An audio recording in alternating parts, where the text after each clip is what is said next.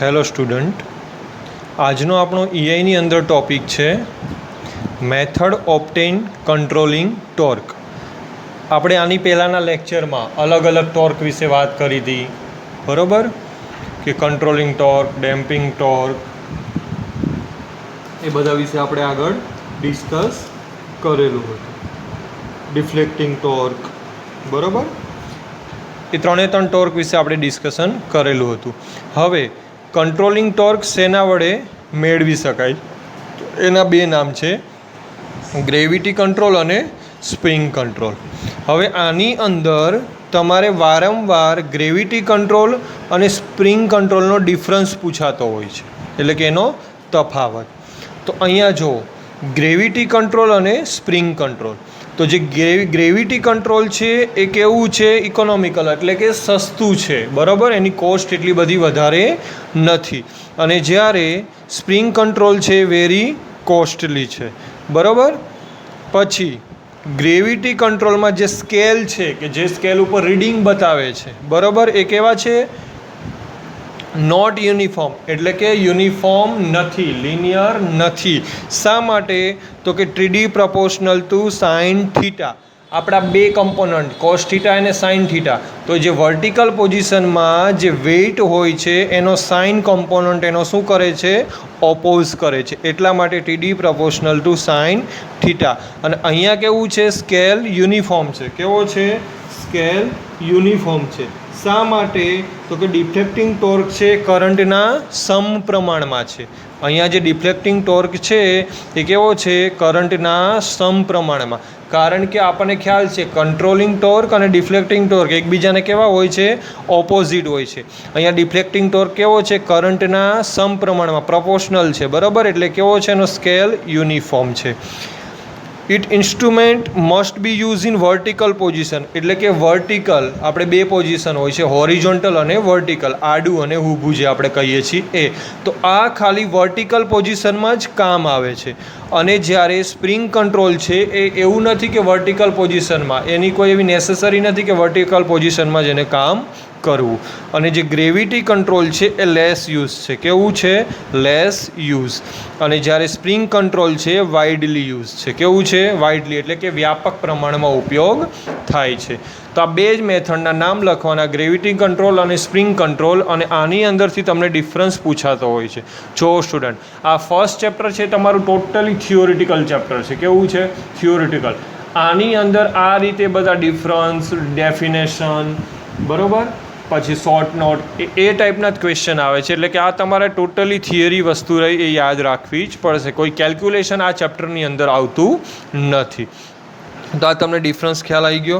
હવે છે method ઓબ્ટેન damping torque. જેમ આપણે કંટ્રોલિંગ ટોર્કની મેથડ હતી, હવે એવી જ રીતે ડેમ્પિંગ ટોર્ક મેળવવાની મેથડ. તો એની ત્રણ મેથડ છે: air friction damping, fluid friction damping અને એડી કરંટ ડેમ્પિંગ. તો આ 2 માર્ક્સની અંદર તમને ક્વેશ્ચન પૂછાય કે ડેમ્પિંગ ટોર્ક મેળવવાની મેથડના નામ લખો. તો આ ત્રણ મેથડના તમારે નામ લખવાના: air friction damping, fluid friction damping અને એડી કરંટ ડેમ્પિંગ.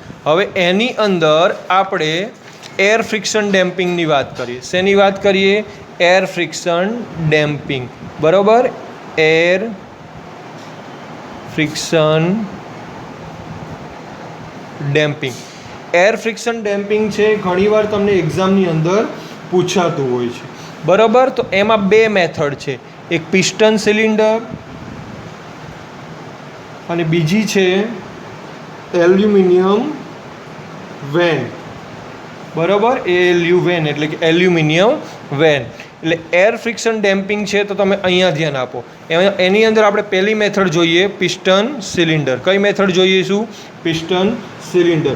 તો એકદમ ઇઝી મેથડ છે. એક એર ચેમ્બરની અંદર શું રાખવાનું હોય છે? પિસ્ટન રાખવાનું હોય છે. શું રાખવાનું હોય છે? પિસ્ટન. તો અહીંયા ધ્યાન આપો, આ એક ચેમ્બર છે. આપણે પહેલી મેથડનું ડિસ્કસ કરીએ છીએ. આની અંદર શું રાખવાનું છે? પિસ્ટન. એટલે કે ચેમ્બર અને પિસ્ટન્સને એ રીતે એડજસ્ટ કરવાનું કે બંનેની વચ્ચે થોડો ગેપ રહે સાઈડમાં. જો આ ગેપ દેખાય છે તમને અહીંયા, ઓકે? અને એ પિસ્ટનને સ્પિન્ડલ સાથે કનેક્ટ કરવાનું. શેની સાથે? તો કે સ્પિન્ડલ સાથે, એટલે કે એક ધરી ઉપર એને તમે કનેક્ટ કરો છો. અને અહીંયા તમને સ્કેલ આપેલો છે. શું આપેલો છે? સ્કેલ. આ રીતે. અને આ જે સ્પિન્ડલનું પોઇન્ટર છે અત્યારે કઈ પોઝિશન ઉપર છે? 0 પોઝિશન ઉપર. કઈ પોઝિશન ઉપર છે? 0 પોઝિશન. આ તમારું શું છે? પિસ્ટન છે. શું છે? પિસ્ટન છે. આ તમારી એર ચેમ્બર છે અને આ તમારું સ્પિન્ડલ છે. શું છે? સ્પિન્ડલ. બરોબર. આ તમારું સ્પિન્ડલ છે અને આ એક પોઇન્ટર આપેલો છે. ક્લિયર? હવે અહીંયા ધ્યાન આપો. આની અંદર શું પ્રોસેસ થાય છે? તો કે એર ફ્રિક્શન ડેમ્પિંગની અંદર આ જે ફર્સ્ટ મેથડ છે પિસ્ટન અને સિલિન્ડર ટાઈપ, એમાં બીજું કંઈ નથી. તો આ મેથડની અંદર તમારે આ એક સિલિન્ડર લેવાનું છે, બરાબર, અને ઇન્સ્ટ્રુમેન્ટના સ્પિન્ડલ એટલે કે આ એના સ્પિન્ડલ સાથે પિસ્ટનને તમારે શું કરવાનું છે? કનેક્ટ કરવાનું છે. આ સ્પિન્ડલ સાથે પિસ્ટનને કનેક્ટ કરવાનું છે. અને પિસ્ટનનો જે રોડ છે, બરાબર, પિસ્ટનના રોડના છેડે શું રાખવાનું છે? પિસ્ટન. એટલે કે આ રોડના છેડે શું રાખવાનું? આ જે સળિયો, રોડ મીન્સ સળિયો, એ છેલ્લે શું રાખવાનું છે? પિસ્ટન. અને આ પિસ્ટન્સ આ સિલિન્ડરની અંદર મૂવ થઈ શકે, એટલે કે આ સિલિન્ડરની અંદર બહાર થઈ શકે એવી તમારે એની અરેન્જમેન્ટ કરવાની છે. અને પિસ્ટન અને સિલિન્ડર વચ્ચે ડિસ્ટન્સ રાખવાનું છે, એની સરફેસ વચ્ચે અને અહીંયા પણ. હવે ફર્સ્ટ જ્યારે આ સિસ્ટમ છે, આ સ્પિન્ડલ અને આ પોઇન્ટર એ ફોરવર્ડ ડાયરેક્શન એટલે કે આ ડાયરેક્શનમાં જ્યારે મૂવ થશે ત્યારે આ પિસ્ટન છે કેવું થશે? અંદરની બાજુ જશે. જો માની લો કે આ પિસ્ટન છે, આ બાજુ ધીમે ધીમે ખસે છે, બરાબર, આ રીતે. તો આ પોઇન્ટર આ બાજુ ખસે છે તો આ પિસ્ટન કેવું થશે? અંદરની બાજુ જશે, બરાબર. એટલે કે સિલિન્ડરની અંદર જે એર રહેલી છે, શું રહેલું છે? એર, હવા.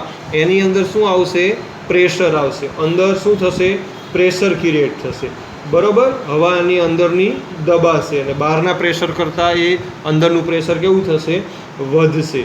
એટલે કે ફોરવર્ડ મુવમેન્ટનો એ શું કરશે? આ જે આગળની બાજુ વધે છે અહીંયા પ્રેશર ક્રિએટ થશે એટલે એને શું થશે? વિરોધ કરશે. એટલે કે આ ફોરવર્ડ મુવમેન્ટ છે આ રીતે એનો ઓપોઝ કરશે. અને પરિણામે સિસ્ટમ વધારે પડતી ડિફ્લેક્ટ થઈ જતી નથી. એટલે શું કરશે? અહીંયા ઓપોઝિશન થાય છે એટલે બેકવર્ડ મૂવમેન્ટ એટલે કે બેકવર્ડ ડાયરેક્શનમાં એ મૂવ કરવાની કોશિશ કરશે. એટલે જ્યારે આ પિસ્ટન એ અંદરની બાજુ છે જ્યારે ફોરવર્ડ ડાયરેક્શનમાં, તો બેકવર્ડ મૂવમેન્ટમાં પિસ્ટન ધીમે ધીમે બહાર નીકળે છે. એટલે કે અંદરનું પ્રેશર શું થાય છે? ઘટે છે. શું થાય છે? ઘટે છે. અને બહારનું પ્રેશર વધે છે, બરાબર. હવે બંને છેડાનું પ્રેશર જો તમે જોવામાં આવો, બેકવર્ડ મૂવમેન્ટ અને ફોરવર્ડ મૂવમેન્ટ, તો બેકવર્ડ મૂવમેન્ટમાં બહારનું, ફોરવર્ડ મૂવમેન્ટમાં અંદરનું પ્રેશર વધે છે. હવે આ સિસ્ટમ જ્યારે સ્ટેડી થાય છે, શું થાય છે? સ્ટેડી એટલે કે સ્થિર થાય છે ત્યારે બંને બાજુનું પ્રેશર કેવું હશે? ઇક્વલ હશે. કેવું હશે? અંદરનું અને બહારનું પ્રેશર કેવું હશે? ઇક્વલ હશે. તો આને કહેવાય air friction damping. Simple method છે. આ એર ચેમ્બરની અંદર પિસ્ટન, આ જ્યારે સ્પિન્ડલ, આ પોઇન્ટર ફોરવર્ડ મૂવમેન્ટમાં જાય છે ત્યારે પિસ્ટન અંદરની બાજુ જાય છે. બેકવર્ડ મૂવમેન્ટ કરે છે ત્યારે પિસ્ટન બહારની બાજુ જાય છે. જ્યારે ફોરવર્ડ મૂવમેન્ટમાં અંદરની બાજુનું પ્રેશર વધારે હોય છે અને બેકવર્ડમાં બહારની. અને જ્યારે બંને આ જે પોઇન્ટર 0 પોઝિશન એટલે કે સ્ટેડી પોઝિશન ઉપર આવે છે ત્યારે બંનેના પ્રેશર કેવા હોય છે? ઇક્વલ હોય છે. કેવા હોય છે? ઇક્વલ હોય છે. બીજી મેથડ છે તમારી એલ્યુમિનિયમ વેઇન. કઈ છે? Aluminium vane. તો એ પણ એકદમ ઇઝી મેથડ છે. એમાં કઈ રીતે હોય છે? તો કે એલ્યુમિનિયમ વેઇનમાં જુઓ, એક વેઇન હોય છે એને, એટલે કે એક પાતળી પટ્ટી, એને શું કરવાની છે? સ્પિન્ડલ સાથે કનેક્ટ કરવાની છે અને એર ચેમ્બરની અંદર રાખવાની છે. તો આ તમારી એર ચેમ્બર છે, બરાબર, અને એની સાથે આ એલ્યુમિનિયમ વેઇન સ્પિન્ડલથી કનેક્ટ કરેલી છે, બરાબર.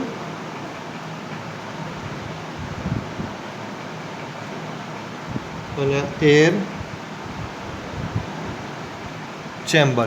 હવે અહીંયા શું થાય છે જુઓ તમે, આ જે સ્પિન્ડલ છે, આ વેન છે, આ એની ફોરવર્ડ ડાયરેક્શન, આ એની રિવર્સ ડાયરેક્શન. એટલે કે આ જ્યારે આમ ફોરવર્ડ ડાયરેક્શનમાં આ રીતે મોમેન્ટ કરે છે, બરાબર, આ રીતે સ્પિન્ડલ આ બાજુ, આ ફોર એક્ઝામ્પલ આપણે પોઇન્ટર લઈ લો, આ બાજુ જ્યારે મૂવમેન્ટ કરે છે ત્યારે એની એર ચેમ્બરની અંદર ફોરવર્ડ ડાયરેક્શનમાં જ્યારે મૂવમેન્ટ થાય છે, બરાબર, ત્યારે એની એક બાજુની હવાનું પ્રેશર કેવું થાય છે, અહીંયા વધે છે અને બીજી બાજુ ઘટે છે. શું થાય છે? ઘટે છે. પરિણામે અહીંયા પ્રેશર વધે છે એટલે આ ફોરવર્ડ મૂવમેન્ટનો શું થશે? ઓપોઝ કરશે. અને જ્યારે રિવર્સ ડાયરેક્શનમાં આવશે ત્યારે સેમ આ બાજુ એવું થશે કે એરનું પ્રેશર શું છે? વધે છે અને એની રિવર્સ મૂવમેન્ટનો એ ઓપોઝ એટલે કે એનો વિરોધ કરશે. બંને બાજુથી વિરોધ થાય છે એટલે એની સેન્ટર પોઝિશનમાં એટલે કે સ્ટેડી પોઝિશનમાં આવશે, બરાબર. ત્યારે બંને બાજુ હવાનું પ્રેશર, એર પ્રેશર, અહીંયા પણ એર પ્રેશર કેવું હશે? ઇક્વલ હશે. કેવું હશે? ઇક્વલ હશે. એટલે કે એમાં કોઈ પણ જાતનો ચેન્જીસ થશે નહીં. તો આ બંને છે એર ફ્રિક્શનલ ડેમ્પિંગની મેથડ. જનરલી આપણે જોવા જઈએ તો અહીંયા જુઓ ડેમ્પિંગ ફોર્સ ક્યારે 0 થાય? તો સિમ્પલ આન્સર કે બંને બાજુ જ્યારે એરનું પ્રેશર ઇક્વલ થશે ત્યારે એનો ડેમ્પિંગ ફોર્સ કેવો થશે? 0 થશે. સેમ અહીંયા અંદર પિસ્ટનની અંદર અને બહારની બાજુનું એર પ્રેશર ઇક્વલ થશે ત્યારે ડેમ્પિંગ ટોર્ક કેવો થશે? 0 થશે. તો આ છે ડેમ્પિંગ ટોર્ક મેળવવાની એર ફ્રિક્શન મેથડ. કઈ method? Air friction damping method. આ બંને મેથડમાંથી વધારે આ યુઝ થાય છે. કઈ મેથડ? કે એલ્યુમિનિયમ વેન. કઈ મેથડ? Aluminium vane. ઓકે, તો આજનો આપણો આ ટોપિક હતો કે કંટ્રોલિંગ ટોર્કની મેથડ કઈ? ગ્રેવિટી કંટ્રોલ અને સ્પ્રિંગ કંટ્રોલ. તો એનો આપણે ડિફરન્સ જોયો. પછી હતો ડેમ્પિંગ ટોર્ક મેળવવાની રીતો, તો કે ફ્લુઇડ ફ્રિક્શન, એર ફ્રિક્શન અને એડી કરંટ ડેમ્પિંગ. એની અંદર આપણે એર ફ્રિક્શન ડેમ્પિંગ જોયું. એની બે મેથડ, પિસ્ટન અને એલ્યુમિનિયમ એટલે કે એલ્યુ વેન, એલ્યુમિનિયમ વેન. એની બે મેથડ, પિસ્ટન સિલિન્ડર અને એલ્યુમિનિયમ વેન. આ બંને મેથડમાંથી જે એલ્યુમિનિયમ વેન છે વધારે યુઝ થાય છે, વાઇડલી યુઝ થાય છે. આ થોડી ઓછી યુઝ થાય છે. આનું રીઝન એ છે કે ઘણીવાર આ સિલિન્ડર છે એનું બેલેન્સ ન રહે, એ હલી જાય, બરાબર. ઘણીવાર પિસ્ટનનો રોડ ઢીલો થઈ જાય તો આમાં પડે છે તો આ સિલિન્ડર બગડવાની અથવા તો સિલિન્ડર તૂટવાની ચાન્સીસ વધારે રહે છે. તો એટલા માટે આ એલ્યુમિનિયમ વેઇન છે એ વધારે પ્રમાણમાં ઉપયોગ લેવાય છે.